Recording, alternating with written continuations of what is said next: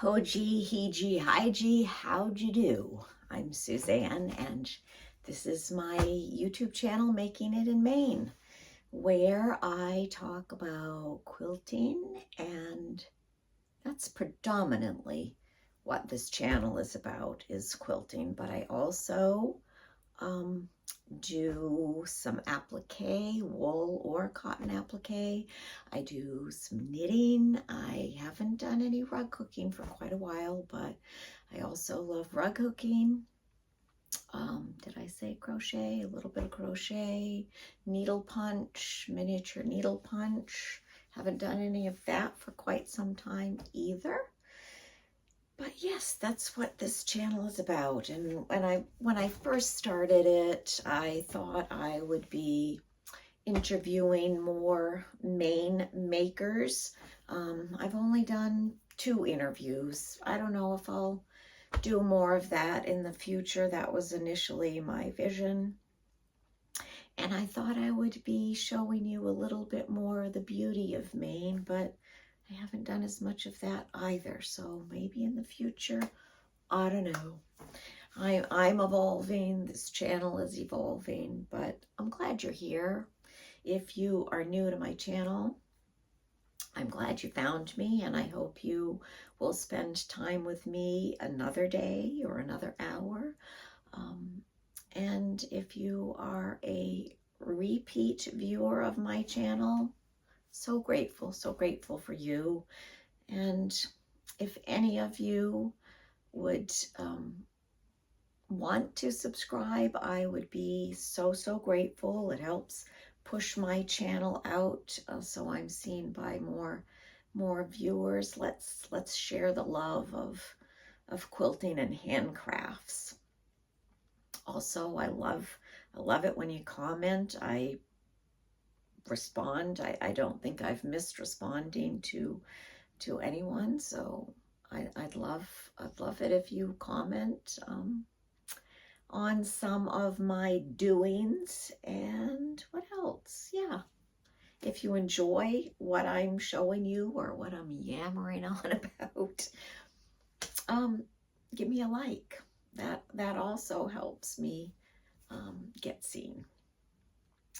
But today I'm going to show you a variety of things, one of which is doing a facing on the little blue and coral colored little quilt, and more progress on that basket of yo-yos. I often call it basket of posies, or that's what's in my head. So oftentimes I don't say what it is because I can't remember, but it is basket of posies. Why Lori Smith didn't name it baskets of posies, I don't know. And for those of you who aren't familiar with the Outlander series of books, that's where that dunno comes from. Dunno, I don't know. All right, I'm blathering on. Let's stop the blathering and I'll show you what I've been up to. I mentioned that I wanted to try facing this quilt rather than doing a traditional binding. So I'm using the background fabric to sew on. Two sides go the entire length of the quilt, and then the other 2 ends of the quilt stop just shy of the end, and you sew all the way to the end. And I forgot to do that. I stopped there, so I will have to put this back on my machine and go all the way to the end. But before I do that, let me just see if I really even need to. I've got to, well, hold on a moment. All right. You and I will see this together, the turning of the corner. Let's see if I need to stitch all the way to the end like I was supposed to and forgot to do, but we'll see if it really matters. So here we go. Turn it. And let me get my little purple thing to poke out the corner. Okay. And then this will, I don't have my iron turned on right now. I think I would want to make that corner a little bit sharper. Let's see. And of course, I would need to really iron that and really iron that.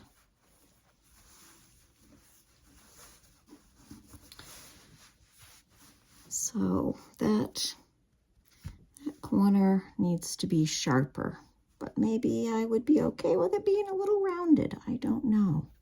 But that's what a faced quilt would look like.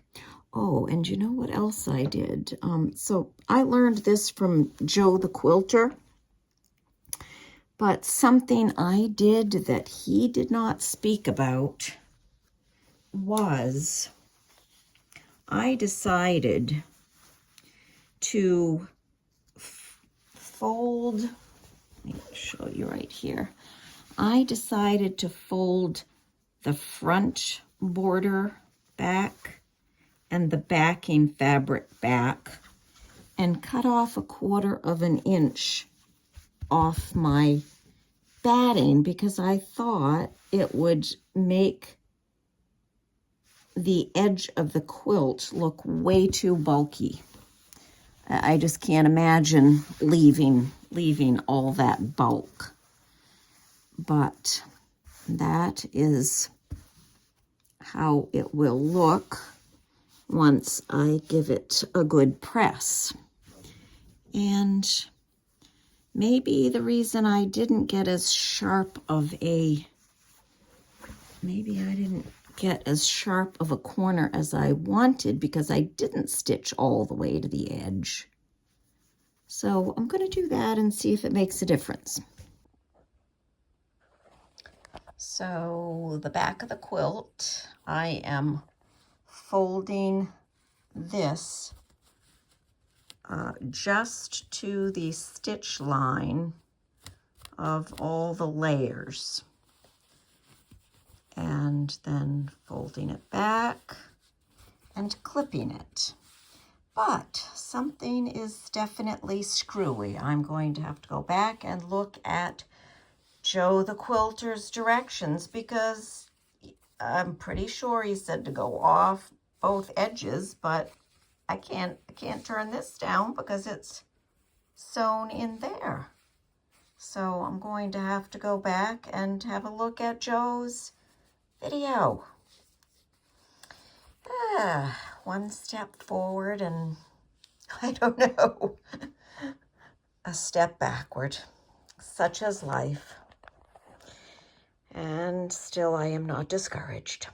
I watched Joe Cunningham's video again, and I was supposed to go off, all the way off on both sides, but I didn't think I had to do what's considered, I believe, a French binding, where you fold your binding strip wrong sides together and then sew that to the raw edges of your quilt. I thought, oh gosh, I don't need that much excess fabric. So I was just doing a single fold binding. Double fold, I guess is what it's called, perhaps, rather than a French binding. But anyway, I thought I could just do this, fold it to the back, and then fold it under like that on the back.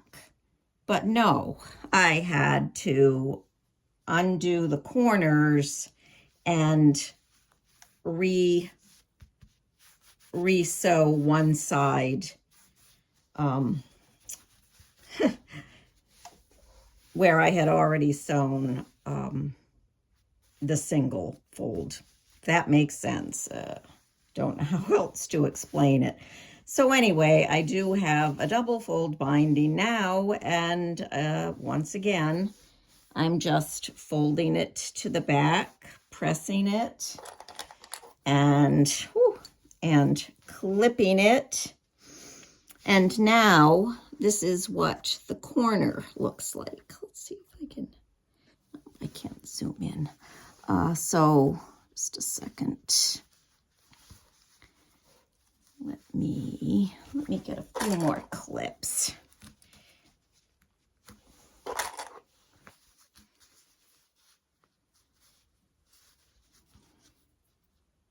I've obviously got a little bump situation here, which I will ease into as I stitch it, but that is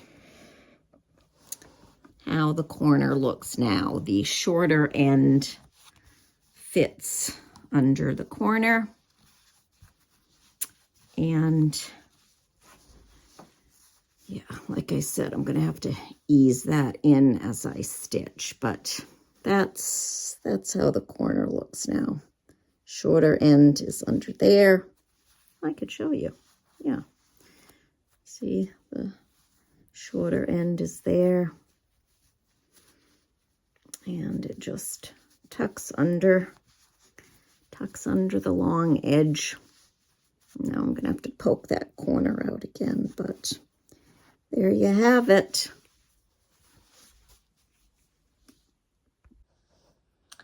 I just thought I would show you my screw up sewing the binding strip, the facing strip onto the back instead of the front. More ripping, ripping, ripping, ripping. For years, I started from the end of a seam when I was ripping, and recently learned about starting from the middle. And I just did that. And it was quite magical. It worked really well. And so now this is the other half. I've never ripped a seam so swiftly and beautifully in all the years I've been quilting. Holy smoke. Let that be your new way to rip a seam. So fast and easy.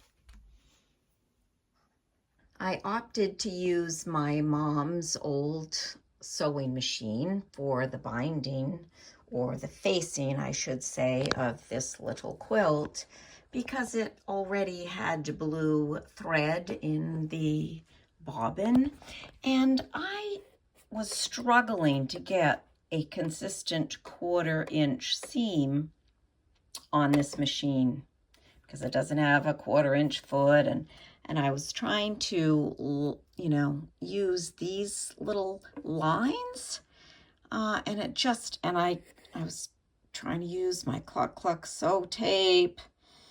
Anyway, it just, I was struggling. So I looked in my mom's manual and the little, you know, tool kit thing back here, the little box that stores extra feed and stuff, and I discovered this fabric guide, and it has been a game changer. So that is really awesome. I thought I would mention that because of my foolishness in only doing a single fold facing to begin with, I've ended up with a much smaller facing than I intended. So this, I've only got, oops, sorry.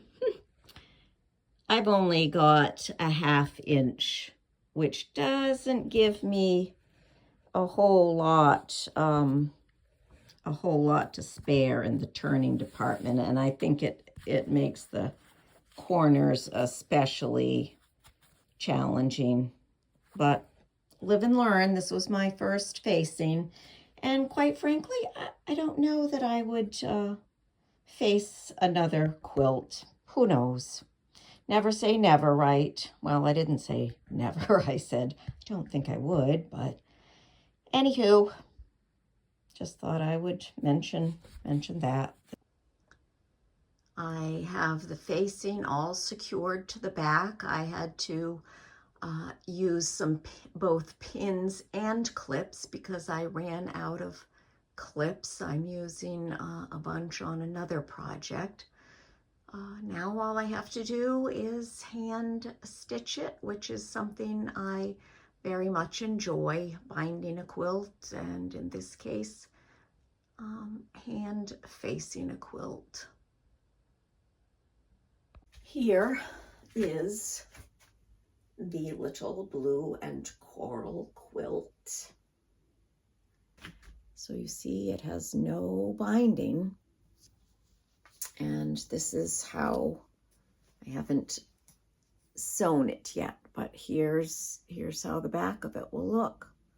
This is the facing. So yeah, I like how that looks. And I've got to decide whether or not I'm going to put hanging sleeves on it. I suspect I will, because I really do love hanging my quilts as opposed to putting them on tables. I mean, I have a couple on tables, but for the most part, I do like to hang them up. So I will have to decide if I want this to be the top or this to be the top. I think I am leaning toward this being the top. So let me know what you think. Should the top be where the darker block is, or should it be here where the dark block is in the second row? This should be this, or should it be this? Won't you let me know in the comments? Here is the little basket quilt with all of its borders. I did change some things on it. It was not supposed to have a corner. It's not supposed to have corners. God, what do you call them? Drawing a blank at the moment. Yeah, it was not supposed to have the corner pieces or the dark brown top border. That is different from the original pattern, but I decided I wanted to add that. Yes, so every time I look at this quilt, every time I think about this quilt, I want to say posies in the basket. But what I really want to say is yo-yos in the basket. Yes, it's always posy on my brain for some reason, but it's yo-yos in the basket. I take that back. It is basket of yo-yos. Why it's not called baskets of yo-yos, I do not know, but there are the baskets and the borders without the yo-yos. Yo-yos, I started making them the other day. Boy, they are fiddly. I have not done any of the pink yo-yos yet, only 4 brown ones. Oh, I've got to get going. What I'm going to show you now is how I have been making the yo-yos for the little basket quilt. And I'm using, pardon me, I'm using Karen K. Buckley's Perfect Circles. They come with 4 packets like this and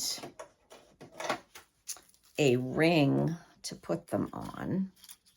So they range in size. How did that little guy get separated from the other little ones? Oh, well. So they range in size from super tiny. I mean, look at those. Look at those teeny tinies. Let me tell you the smallest size. 7/16 of an inch up to 2 inches. So that's what I have been using. And let me move I've only cut out brown fabric so far. I've got a stack of pink fabrics here that I need to go through, and I want to choose pinks, hopefully. I mean, I know I have enough, but whether or not I will want them for the yo-yos is another question. So I just have to look through here and pick out the prints that I want to use for the pink yo-yos.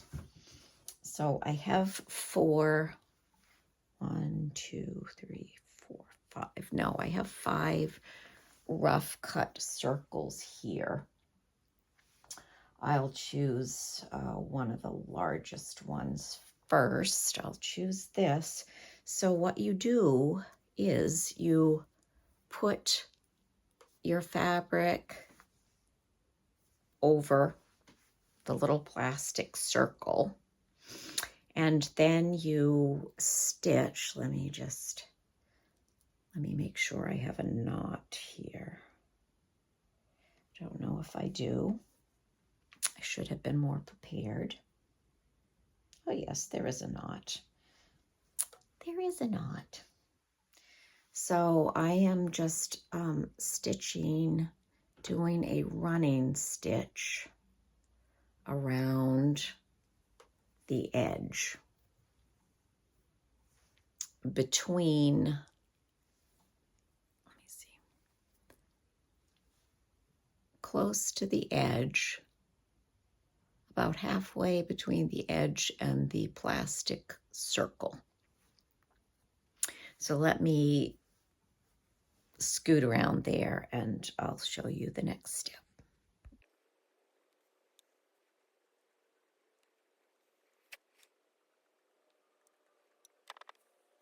So I have did a running stitch all the way around, and now I put my Karen K. Buckley circle in the center, and now I pull my thread taut so that it makes a lovely tight circle around the plastic circle. And now what I do is I have sprayed a bit of starch, and I don't use starch on the regular. I think I got this years ago, maybe for my husband's shirt collars or something, but so I don't really use this, but I had some, and this is Karen K. Buckley's process. So I sprayed a wee bit of, and it stinks, and I don't like chemicals, so I wish I could, I wish I had a product that didn't stink. So I sprayed a bit in there, and I have this, this paintbrush,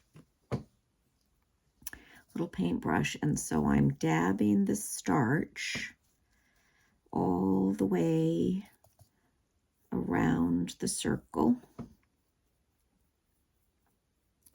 like that. And I'm going to get that off of there and away from my face. And now I will just pull taut again, just to make sure I get it nice and tight. And my fingers are probably blocking, but now that it is taut, I will take my hot iron and go around the edges, pressing them toward the center of the circle, and just going to lay the iron right on top of there for a bit to dry the starch and get everything pressed. And so there you have a nice clean circle. I'll press it on this side too, and press it on that side again. Then you pull back one side and pull out the plastic circle, and because you starched it, it keeps its nice circular shape. And I just need to snip that thread right there, because I don't need that anymore. And there is my little yo-yo. Let me go get my quilt. I should have little applique pins in here, but I didn't want to go fishing for them, so it's just using regular pins. I have a couple pinned down here. This may not be the permanent home of all of these yo-yos. See that? That one has a little bit of a pointy edge to it. Just a wee point there. I don't know that I will fuss with it, but anyway, you get the gist of it here. You get the gist of it.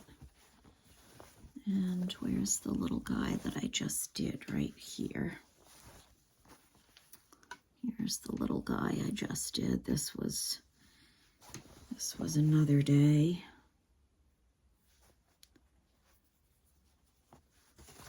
I'm sure I will rearrange all of these later, but for now I'm just going to get them tacked in. And here's the pin.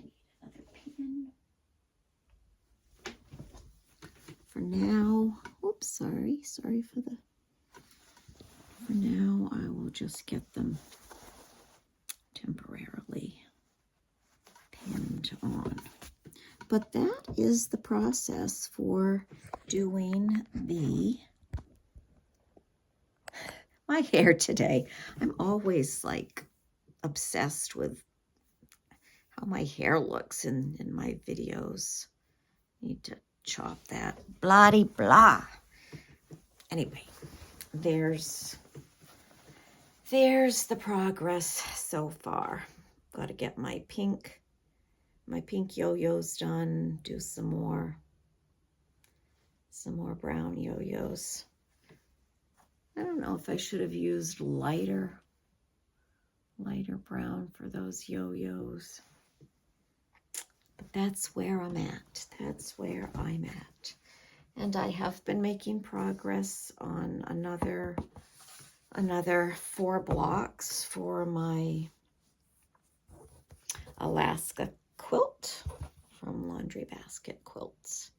I just have these to piece, 3 more in this stack, and then a stack of 4 here before I join anything together. Dear ones, I believe that's going to be a wrap for today. Tune in next time to see more progress on this. Oh, I know, before I go, one more thing I wanted to tell you about. This little basket quilt, I don't know that there just were places in sewing these blocks together where there was a lot of bulk. And sometimes my sewing machine would get hung up where there's a lot of fabric coming together. And I, sometime last year, purchased this. This is called a hump jumper. So what you do is, let me turn you around. Wait just a minute and I'll reposition. What you do when you come to a spot where there's a lot of fabric coming together, if you're concerned about your feed dogs not keeping the fabric going through because of the hump, you raise the presser foot and you slide the hump jumper underneath, just as if it was your foot, and it straddles the needle. Because of this opening, it doesn't hit the needle. And then you lower your presser foot, because if you don't lower the presser foot, it won't sew. And you just sew along. Let me see if I can replicate it. Let me put this thread buddy. Do you call it a buddy or a bunny? But let me put the thread bunny under there and show you with that. All right, so I have my hump jumper under there. I've got some fabric, and this is what happens as it sews, as you sew along. See, I don't know if you can see, but the hump jumper is moving back as you sew along. And depending on how long the hump is, you can raise the presser foot again and move it forward if you want to. But once you get past your hump, you have your needle in the down position, and then you can just remove the hump jumper, or it'll just pop. It'll just pop out as you go back. I try to remove it so it doesn't jump backwards. But that's all there is to it. And I have really, really liked it. So that is one of my favorite tools. And I just dug out the box. I call it a hump jumper, but that's the box. In case you want to search for one and get one for yourself to go over those sections where there's just so much fabric all in the same spot. But yes, I love that little tool, and I learned about it from a quilting podcast. if I think of it, I will put a link to her podcast below. She's very religious. I practice Nichiren Buddhism, but I don't discriminate, and I don't judge people for their beliefs. So Paula, her name is Paula, and like I said, if I remember, I'll put a link below. So, dear ones, that is it for today from Making It in Maine. I hope you have a lovely rest of your day or evening or night, whatever it is. Until next time, from my heart to yours, bye for now.